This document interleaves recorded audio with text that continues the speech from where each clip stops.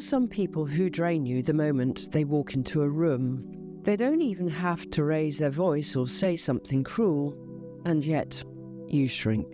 You second-guess yourself, you go quiet, you feel small. It's like they have a spell over you. But it's not a spell, it's a wound. This video will unpack why certain people make you feel powerless, why it's not actually about them, and how to finally reclaim your emotional space.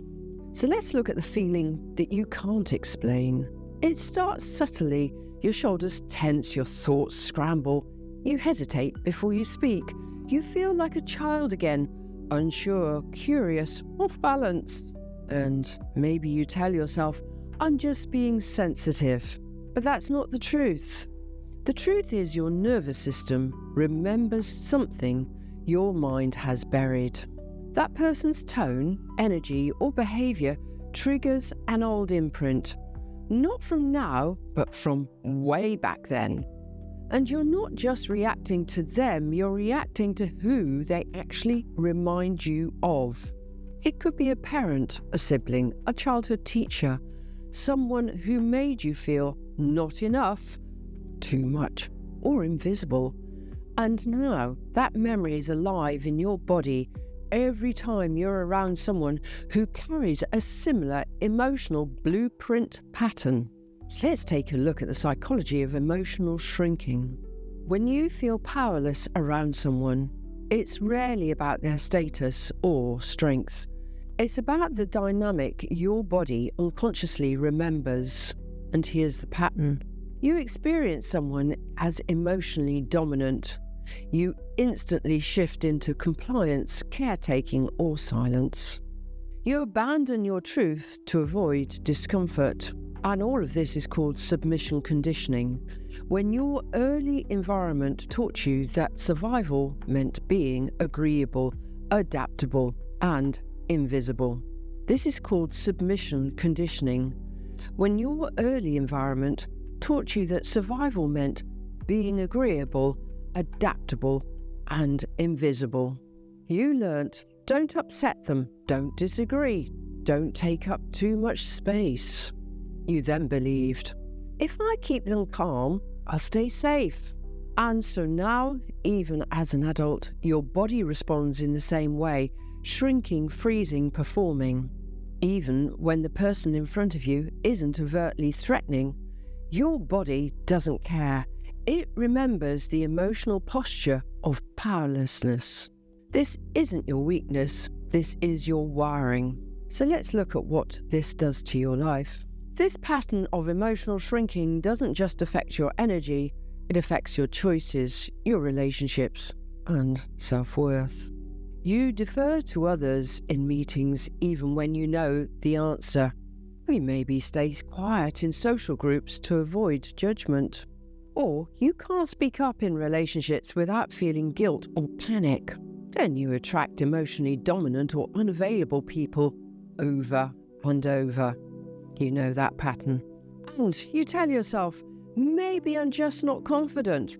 But that's not it. You're underconfident. You're overconditioned. You were taught to keep the peace, not make waves. You were taught to monitor danger, not express truths. So now, the moment someone has strong energy, they vanish, disappear. Your body takes over, your thoughts collapse, and you leave situations feeling invisible, angry, or confused.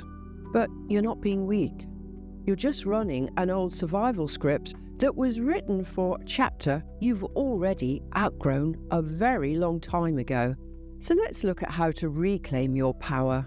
Taking your power back doesn't mean becoming aggressive. It means remembering that you're not that powerless child anymore. You are allowed to take up space now. You are allowed to be seen, heard, and felt. And here's how to begin. Firstly, name the pattern. When you feel yourself shrinking, say it out loud or write it down. I feel small. That awareness alone interrupts the automatic response. Then, breathe into your body. Powerlessness lives in the body. Center yourself with slow breaths. Drop into your chest, not your head. Then set an anchor. Pick a phrase like, I'm safe to exist here, or their energy doesn't decide my worth. Repeat it internally when your nervous system flares up. Then practice micro boundaries. Start with tone, with eye contact, with not over apologizing. You don't have to fight, just hold your ground. Then reparent your inner protector. Speak to the part of you that's learnt to hide. Tell it, you're not in that room anymore. You can speak now. You can rise. And every time you honour yourself in the presence of emotional dominance, you rewrite the script.